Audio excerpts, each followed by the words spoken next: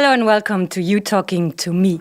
Martin Schulz, the President of the European Parliament, will leave Brussels and run for elections in Germany. His announcement triggered quite some discussions on top-level jobs in the European Union. Will this be the end of the grand coalition between Social Democrats and the European People's Party, the centre-right? That's what we are going to discuss today. I have with me in the studio Beata Plomecka from Polskie Radio. Hello. Olivier Hanrion from RTBF. Bonjour. And Hugues Beaudoin from Radio Classique. Bonjour. Bonjour and welcome to everybody. We will be joined by other journalists from Euranet Plus network later. So let's have a look at Brussels Live, at European Union's Live without Martin Schulz. The president of the European Commission, Jean-Claude Juncker, did not hide that he wanted Martin Schulz to continue as president of the European Parliament. Jean-Claude Juncker is from the European People's Party. Martin Schulz is Social Democrat. It's quite unusual, Hugues, that two politicians not belonging to the same political group are this close. So will this be the end of the Grand Coalition? Are there big changes to be expected? Yeah, we can expect big changes, but I'm not sure that both Conservative and Social Democrat will want to face the consequence of the end of the Grand Coalition. We have to remember it's not a program-based coalition. It's a technical agreement. And if we have a technical agreement, it's because none of those parties have a majority. There are other parties in the parliament where the populists, it's more than 20% of the members of the parliament are from a populist party. If they don't have any agreement anymore in the parliament, there will be consequences behind. They have to share the president of the commissions. There are a lot of consequences of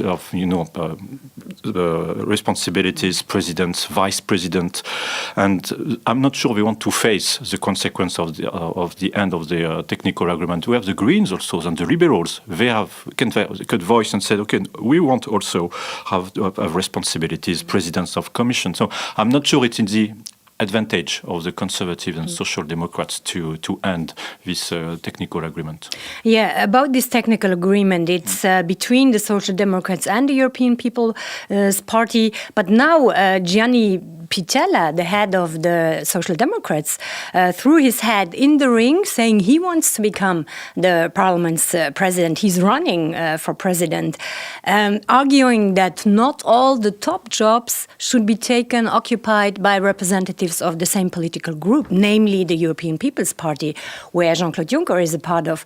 So this is quite a new argument. It makes things more complicated.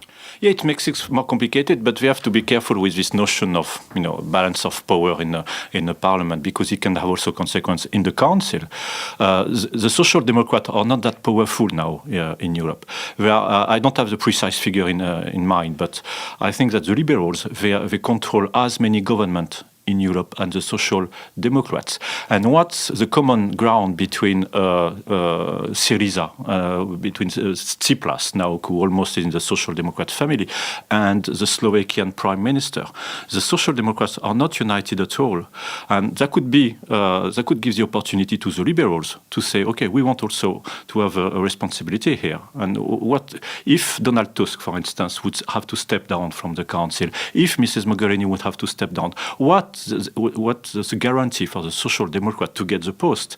We are speaking about balance of power, but there are not only Conservative and Social Democrats in Europe. There are more and more governments. Of course, it's difficult to say that they are either on the right or on the left. There are many governments who are in coalition, like in the Netherlands, like in Finland, in many other countries. So balance of power could mean also that other kind of movement, political movement, would ask for responsibilities in the European bubble. Right. If I counted well, with the resignation of Matteo Renzi, the Social Democrats have 7 leaders in the European Union. It would be the same than the Liberals, but we don't know how things will turn out in Italy. So let's see. Let's go actually to Italy with Gigi Donelli from Radio 24. Gigi, do you think that Gianni Pittella has a chance to become the president of the Parliament? Yes, hello to everybody. Well, actually, I would say, Danièle, that the outcome of the very recent referendum on the possibility to change the Italian constitution, has really taken all the available space on the public debate. So, to say so, is not really at the very center the possible battle in order to get from the side of Mr. Pittella to get the presidency of the European Parliament. So this is something that maybe might change during the next week, but honestly, I'm not too keen to consider this. And, of course, Mr. Pittella is weakened than ever, I would say, because the party represents, so the Democratic Party of Italy, is much weaker than it was just a few days ago. So we don't see very large chance on this. And Gigi, speaking of the referendum, Hugues mentioned it, there were rumors that Federica Mogherini, she has a top job in the European Union, she is a High Representative for Foreign Affairs, that she could leave Brussels and go back to Italy becoming Prime Minister. The idea and possibility that Federica Mogherini could return to an internal job has been taken in consideration, but I would say is so much connected to the outcome in the next few days, for sure, on the possible government. She is, of course, very much connected to Matteo Renzi, to his policy. It was a choice made by Matteo Renzi. So I think that any possible development is to be connected, once again, to the choice that will be made by Matteo Renzi and the Democratic Party. Thank you, Gigi. So national politics do play a big role in this power play. Beata, if we have a look at Donald Tusk, he's the president of the council. He's also from the European People's Party. His term will come to an end next summer. So do you think he will be renominated? And more important, do you think the Polish government will support him since we had a change in Poland? This is still an open question whether the Polish government would support Donald Tusk. For the time being, the Polish government, the Prime Minister, has said recently that the Polish government wasn't asked for a support, first of all. So Donald Tusk didn't talk to the Polish government for asking for a support. Secondly, there is no secret that law and justice in the parliament, in the government, and civic platform, the party that Donald Tusk is from, their paths diverged. I think it started like 10 years ago, and there are lots and lots of differences. And of course, some ministers said some time ago that Donald Tusk didn't actually prove that he was helpful during his term, helpful for Poland, didn't take care of the Polish interest. As far as I know, some prime ministers from the region, like Hungary, Czech Republic and Slovakia, noticed some developments and interests that were taken care of, interests of this region by Donald Tusk. So it's an open question whether he'll get a support, whether it is needed for his another time, it's another question, because it all depends on the ministers and presidents, and whether he will be nominated for the second term. Well, I think he's got chances. He's got his chances, and I also heard some voices when we are talking about the future of the president of the European Commission, because different reasons. So Donald Tusk is that person who can at least give guarantees of the stable presidency. Not many people think that he was very good at it. That's yes. So he's more popular in Brussels than he is in Poland. That's right. So Poland would rather not have a second term for Donald Tusk than not have, because they will not nominate in another one. That's yes, for sure. Of course, yes. That's the next for sure. president. If it's not Donald Tusk, if it's not, if it's. Well, actually, if it's Donald Tusk, there won't be any. I don't think there will be any other politician from the Central and Eastern Europe, which will be, astonishing if there is only the Western Europe on the highest post in the European Union. But of course, we have to wait for. I think the beginning of next year we will see. The foreign minister said has said recently that, we have to wait. We have some months to check whether Donald Tusk will change its attitude towards the Polish government. So, of course, all these battles, political battles, national, domestic politics also plays a crucial role in the European one. So national politics and East-West balance is a topic here. Meanwhile, the post of the President of the Parliament will be the first one to be occupied. The Parliament will vote on January 17th.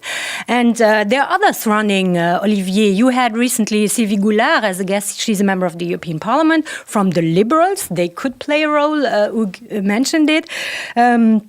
She was first saying, I'm running for president, and then she withdrew. So why was she using this confusion?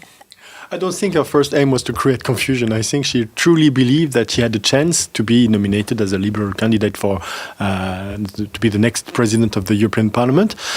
And that's true that since 1979, when the Parliament was first directly elected by European citizens, there are only been two women who chaired the European Parliament. Each of them, Simone Veil and Nicole Fontaine, each of them with a term of 2 years and a half. So 5 years in 37 years, that's not a lot. You agree with me. So she thought that she had a chance in that sense. She also contests the fact that we were talking earlier about this technical agreement.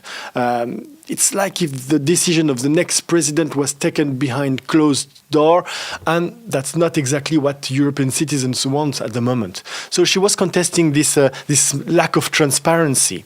And besides, there was also the fact that Guy Verhofstadt, the chair of the ALDE group, is now has been nominated as negotiator for the Brexit for the European Parliament, and she thought that maybe he would be taken care of that matter rather than chairing the European, wanted to chair the European Parliament, and she was wrong, because being the president of the European Parliament is one of Guy Verhofstadt's dream job. And it was also said that he would like to become the Council's president. That would also be a dream job for Guy Verhofstadt. That's true. or European Commission president, you remember, that was many years ago. Close in 2004. Yeah. Okay, but so we have this gender argument here now, but do you think a liberal would really have a chance to become the president of the European Parliament? Mathematically, we were talking about that earlier, it's going to be very difficult, because I think the Liberals have less than 70 MEPs in the European Parliament. That's not enough. 67 exactly. 67, yes, that's even less. So that's not enough to gather a majority. And if it's Guy Verhofstadt, who is supposed to be indeed the candidate to be the next president of the European Parliament for the Liberal group, I think he doesn't have such a consensual personality such Martin Schulz could have. On the contrary, I would say, in other words, that Guy Verhofstadt, either you love him or you hate him. And I think there are many, many people at the moment who hate him and who wouldn't like to see him as president of the European Parliament or the Council. His relationship to Jean-Claude Juncker is quite good. That could be an argument. That could be an argument, yeah. If Jean-Claude Juncker stays for the end of the term, yes, of course. So now, but I think just to add up a little bit to what you said, Liberals should get something, I guess, because in the European Council, in the past, it was these were only socialists and Christian Democrats. Now, I think it's 777, there are very similar numbers of prime ministers and presidents from socialists, Christian Democrats, and Liberals. They should get something, I guess. This is my intuition. Okay, we are almost there at the end. Let's come back to Martin Schulz and his political future. How was this news of him leaving Brussels received in Germany? That's a question for Urte Modlich from AMS, the German Euranet Plus member. Urte, guten Morgen. Guten Morgen, Danièle. Hello, everybody. Yes, indeed, he's a well-known person in Germany. Ever since the European elections in 2014, he increases popularity, and recent surveys confirm that. But to answer to your first question, the fact that Schulz will return to German politics is not really a big issue for the voting public. It's a heavily discussed topic among the journalists. Many of them emphasize that Schulz's decision is no surprise, and all of them speculate on the question, what is he going to do? And Martin Schulz could become German foreign minister to succeed to Frank-Walter Steinmeier in February. Does he have real chances to run for chancellor, Urte? Generally speaking, you can say that in the election year, Martin Schulz is a real benefit for his Social Democrat Party. Poor poll results and the unpopular SPD party leader Sigmar Gabriel are in fact bad preconditions for 2017. But what will be the role of Martin Schulz, foreign minister, chancellor candidate? He has the capability for both. This is the general opinion. Even Chancellor Angela Merkel is full of praise for Martin Schulz. She said that they worked always well together, and journalists interpret this statement in that way that Merkel has no objection to Schulz as foreign minister. But what she also added, that she will wait until the SPD takes decisions. So I think we have to wait until next year to know more about the future of Martin Schulz. Martin Schulz's future in Germany and his successor in Brussels. These are topics to be discussed in Brussels among journalists and others. Thank you very much for being here in the studio, Beata, Olivier, Hugues. Thank you all and see you soon on You Talking to Me.